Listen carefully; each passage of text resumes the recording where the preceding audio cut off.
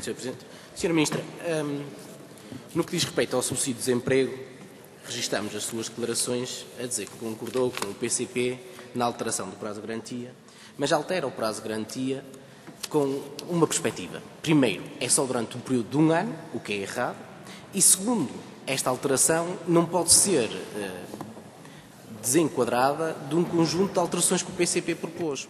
Porque no nosso projeto de lei, Sra. Ministra, esta medida da redução do prazo de garantia estava consagrada juntamente com um conjunto muito vasto de outras medidas, e dou-lhe o exemplo, por exemplo, a alteração dos prazos de atribuição, que é fundamental, e com o efeito conjugado dessas medidas é que iria traduzir-se numa inversão daquilo que é a tendência registada de diminuição de trabalhadores com subsídio de desemprego, com proteção social. A Sra. Ministra pode dar as voltas que quiser, mas no ano passado, em 2009, 327 mil pessoas desempregadas beneficiaram de algum tipo de proteção social, subsídio de desemprego, subsídio social de desemprego inicial e subsequente, mas o desemprego em sentido estrito, o desemprego atingiu os 575 mil e se somarmos ao desemprego em sentido restrito, os desmotivados, os inativos, que não contam, mas que estão efetivamente desempregados, são cerca de 700 mil. E chegamos à brilhante conclusão, ou aliás, à triste conclusão, que temos cerca de 50% dos desempregados sem proteção efetiva, Sra. Ministra. Porque pode a Sra. Ministra não contar os inativos e os desmotivados, mas eu garanto-lhe, Sra. Ministra, essas pessoas estão desempregadas. E não têm, e contam.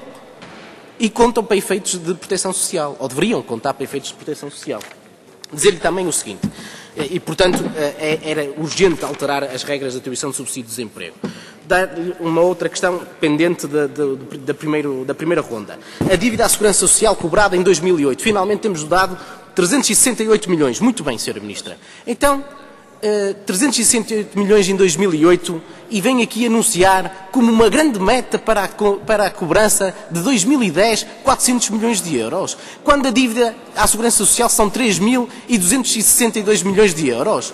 Então, se em 2008 conseguiram cobrar 368 milhões de euros, porquê é que não tem metas mais ambiciosas? Quando tem tanto por onde ir buscar dinheiro?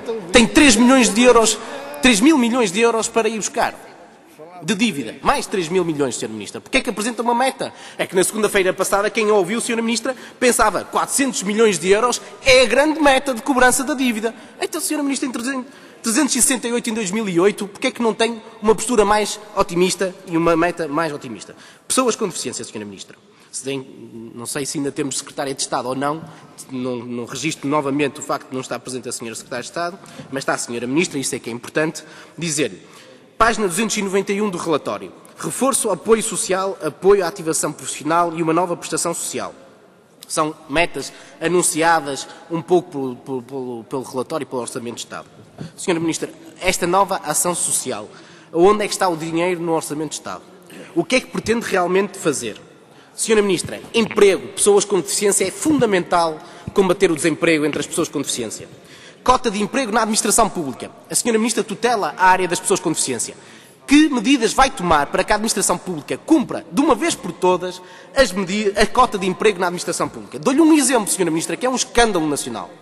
O Serviço Estrangeiro e Fronteiras abriu um concurso para 170 vagas de admissão, 170 trabalhadores.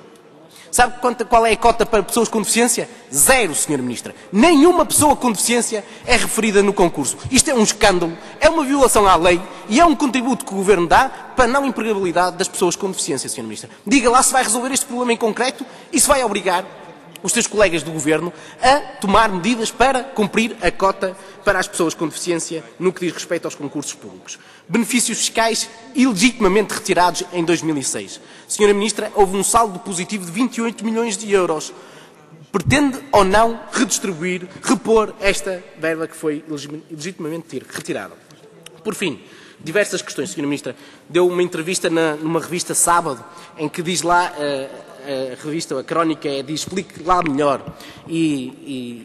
O mote da entrevista era a questão da contradição do Governo entre aquilo que propõe de aumentos de salários e aquilo que pratica. Já não vou reparar esse tema e essa contradição, que não conseguiu explicar, mas explique lá melhor outra vez como é que se justifica que diga que o Governo tem acompanhado todas as situações de despedimentos coletivos através da ACT, que atua quando há violações da lei. Sra. Ministra, então, eu dou-lhe vários exemplos, não tenho tempo, mas o Grupo Amorim Despedimento coletivo. Em Santa Maria de Feira e no Seixal. Uma trabalhadora lactante foi despedida, sem parecer da CIT. Despedimento coletivo. Mas esta empresa até tinha um conjunto de apoios públicos bastante avultados. Por fim, Sra. Ministra, dá-lhe duas perguntas muito rápidas que queria lhe colocar. Primeiro, Programa Conforto Habitacional para os Idosos. Qual é a taxa de execução para 2009? A Sra. Ministra apresentou o conjunto de metas para 2010, não disse qual foi a taxa de execução. Existe alguma coisa por parte do Governo ou o que nós temos é câmaras municipais a terem algumas iniciativas que são de louvar? Pergunta que lhe deixo. Rendimento social de inserção, para terminar, Sr. Presidente. Em 2009 foi gasto 507 milhões. Em 2010 está previsto 495 milhões. Há uma redução da verba. A Sra. Ministra fez claramente cedências por causa do acordo orçamental ao CDS-PP no que diz respeito ao montante, mas também no que diz respeito à fiscalização. Quanto à fiscalização, Sra. Ministra, acordo pleno. Mas eu queria lhe chamar aqui a atenção para um facto. E a inserção? Sra. Ministra, quem trata da pobreza, quem está no terreno, se falar, por exemplo, com organizações ligadas à Igreja, pelos vistos o CDS está divorciado das instituições ligadas à Igreja, mas quem ouve as instituições ligadas às igrejas coloca a tónica num aspecto, Sra. Ministra. Sabe qual é? A inserção das pessoas que recebem o rendimento social de inserção. A inserção efetiva. Como é que vai fazê-lo, Sra. Ministra? Com que meios, quando não existem meios para essa mesma inserção?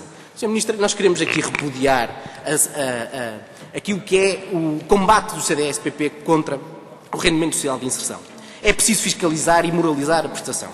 Mas também é preciso dizer que não aceitamos que, num programa de televisão, por exemplo, que me recordo, a JP tenha, a Juventude Popular, um dirigente da Juventude Popular, tenha dito que o rendimento social de inserção é para calões que não querem trabalhar. Isto é ofensivo.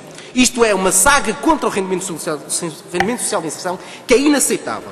E dizer-lhe, Sra. Ministra, que nós não partimos do princípio que o CDS-PP parte, que todas as pessoas que estão no rendimento social de inserção estão de má fé neste processo. E é preciso... Peço-lhe que conclua, uma vez que já se deu o tempo. Sem com isto, para concluir, Sr. Presidente, para dizer, Sra. Ministra, que é preciso combater as situações em que são indevidamente atribuídas as prestações, mas igualmente importante é apostar na inserção social. E isso, infelizmente, não acontece. Obrigado.